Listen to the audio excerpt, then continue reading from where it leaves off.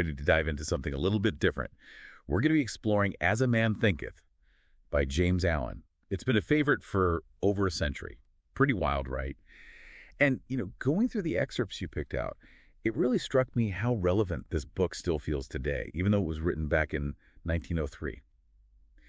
Especially those bits about how our thoughts, like what we're thinking right now, can actually impact our character, our health, even our circumstances. It's kind of mind-blowing. You have to think about the context when this was written, right? Back then, fate and determinism, those were the big ideas floating around. And here comes James Allen saying, nope, we've got agency, people.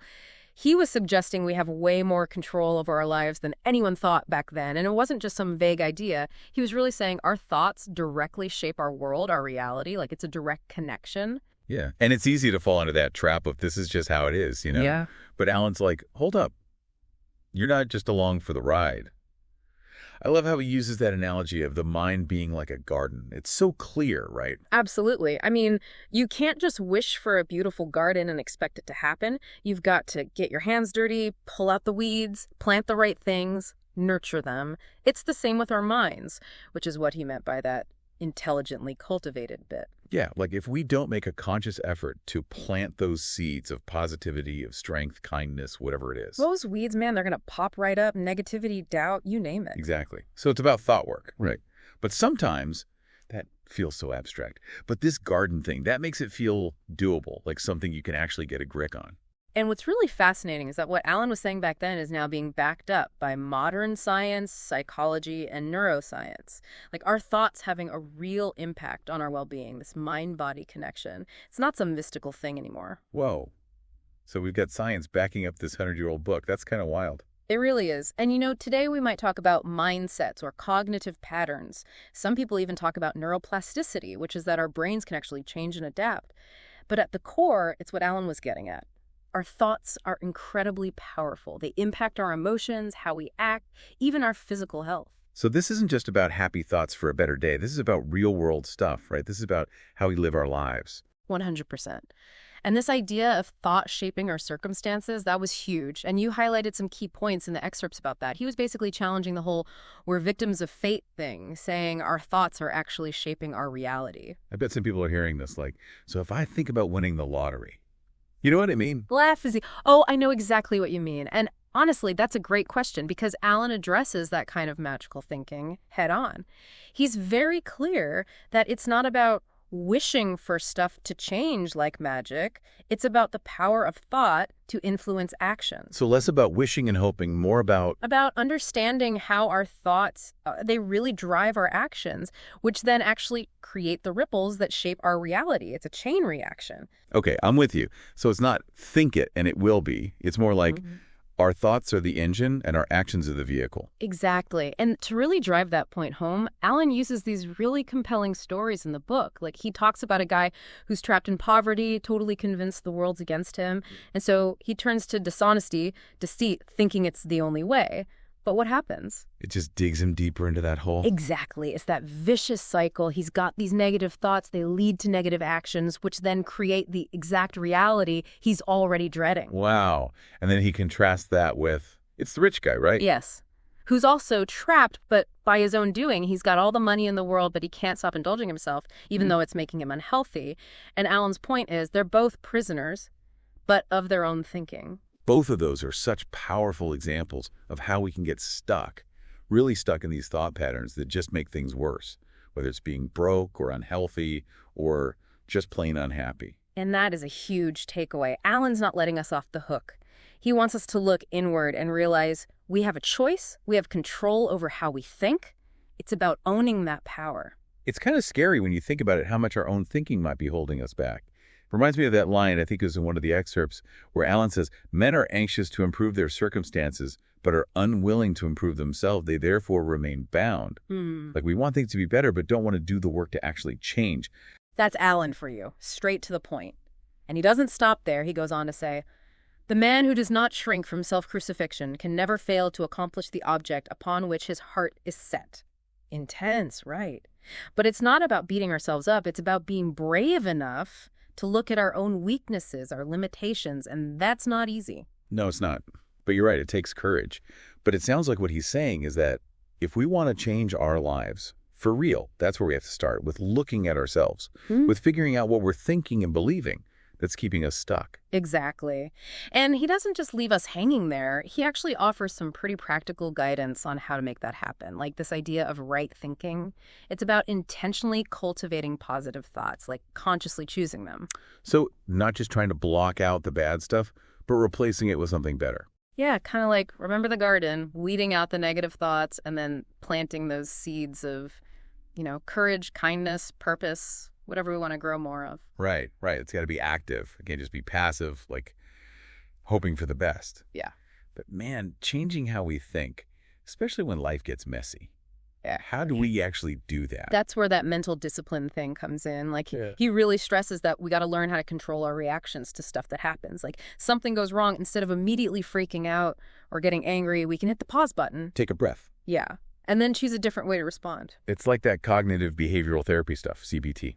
Yeah. Where you learn to actually change your thought patterns. Yeah. Man, Alan was onto something way back then. Totally.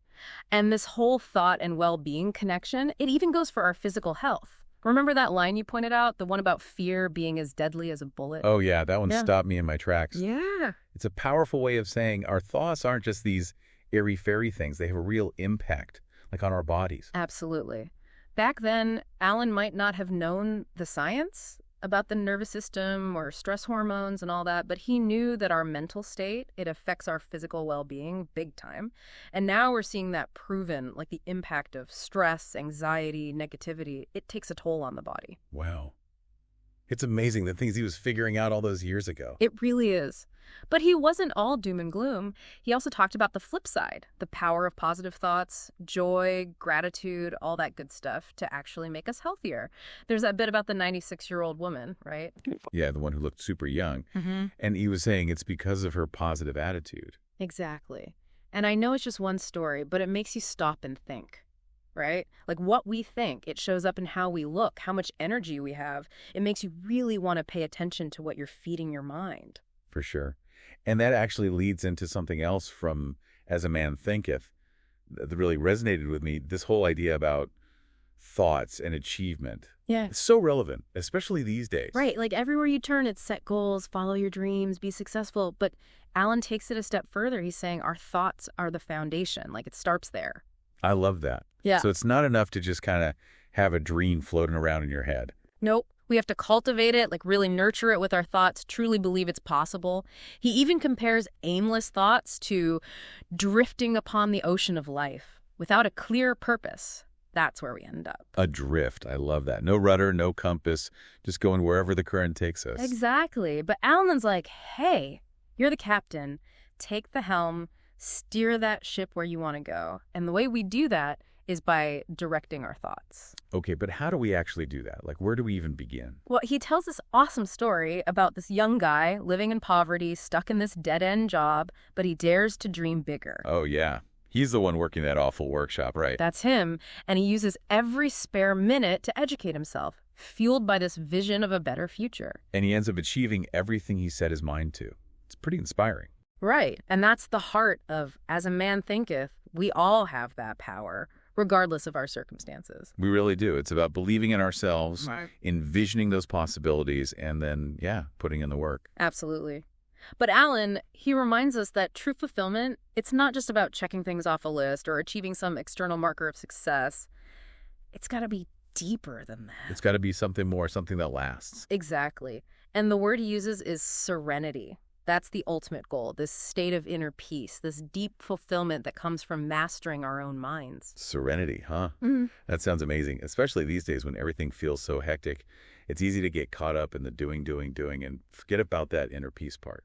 So did Alan actually say how we get there? How we reach that state of serenity? He did. And it goes back to that idea of mastering our minds. He was really big on that. It's not about what's happening around us. It's about finding that place inside where we're not constantly being thrown off balance by stuff we can't control. Mm-hmm. He uses that image of the ship, remember? We have to keep your hand firmly upon the helm of thought. Oh, right. So we're not just passengers. We're the captains, navigating all the ups and downs, the storms of life, all that. Exactly. And like a good captain, we have to learn to steer through those rough waters without letting every single wave knock us off course. I like that a lot.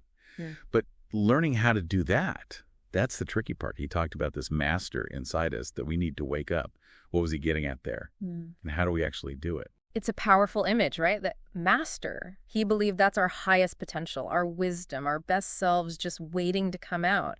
And Alan wasn't big on giving step-by-step instructions, but he did talk about the things that need to be in place for that inner awakening to happen. Okay, so like what kinds of things? Well, self-control, that was huge for him, especially control over our thoughts and our reactions. And then cultivating right thinking, which we talked about, choosing to focus on those positive, constructive thoughts. And then just as important, learning to be calm, composed, even when things are difficult. You know, it sounds a lot like what we call mindfulness and meditation today, wouldn't you say? Yeah. It's amazing how these ideas that were almost revolutionary back then are becoming more common now. It really is. And it shows you how insightful Alan was. It's like he tapped into something fundamental about human beings, about how much power we have to create our own experience. And it's not about just avoiding the tough stuff, the storms, right? It's about learning how to weather them, how to be resilient. Absolutely. It's about developing that inner strength. And speaking of strength, Alan had a lot to say about the power of vision. He wrote, "The vision that you glorify in your mind, the ideal that you enthrone in your heart, this you will build your life by. This you will become." Wow. So he's saying we can't just have this vague idea of what we want. We have to really nurture that vision, really believe it's possible. Yes, for him, those dreams, those ideals, they weren't just fantasies, they were seeds. And by focusing our energy on them, by putting in the work, by truly believing, we make it possible for them to grow into something real. So it's about becoming the architects of our own lives, aligning everything, our thoughts, our beliefs, our actions, all of it with that vision. Exactly. And that's not always easy because we've all got those negative voices in our heads, the doubts, the fears. We have to fight against those. But Alan truly believed that if we do the work, the rewards are incredible. A life of purpose, meaning, and yeah, that deep sense of serenity we've been talking about. You know, this has been really eye-opening. As a Man Thinketh, might be over a century old, but it's incredibly powerful, and in a lot of ways it feels even more relevant today. It's a call to action for all of us to really take control of our minds, because that's where it all starts, with the thoughts we choose to think. Well said. And I think that's a perfect place to leave it, with that powerful question from James Allen. What would you cultivate if your life were a garden? What are you planting in your own mind? Those are questions worth thinking about. They really are. And to everyone listening, thank you for joining us on this deep dive. We hope that what we've explored today helps you to cultivate a life filled with purpose, meaning, and that wonderful serenity we talked about. Thanks for being here.